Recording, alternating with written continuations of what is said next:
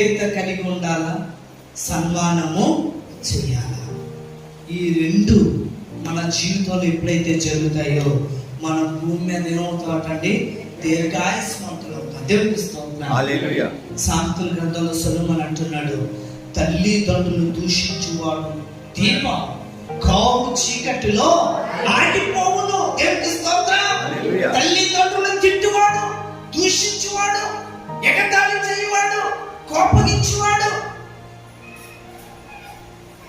బాధించువాడు, నిష్ఠూరం పెట్టువాడు, హింసించువాడు ఏమవుతాడటండి, వాడి దీపం ఎక్కడ అయిపోతుందంట, కావు చీకటిలో ఆగిపోతుంది. దేవునికి స్తోత్రాలు. హల్లెలూయా. హల్లెలూయా. ఊరికైనా సొలొమోను జ్ఞాని విషయం రాయలేదు, కానీ దేవుడు అంటున్నాడు, నీ తల్లిదండ్రులు నీవు సన్మానించవాలి.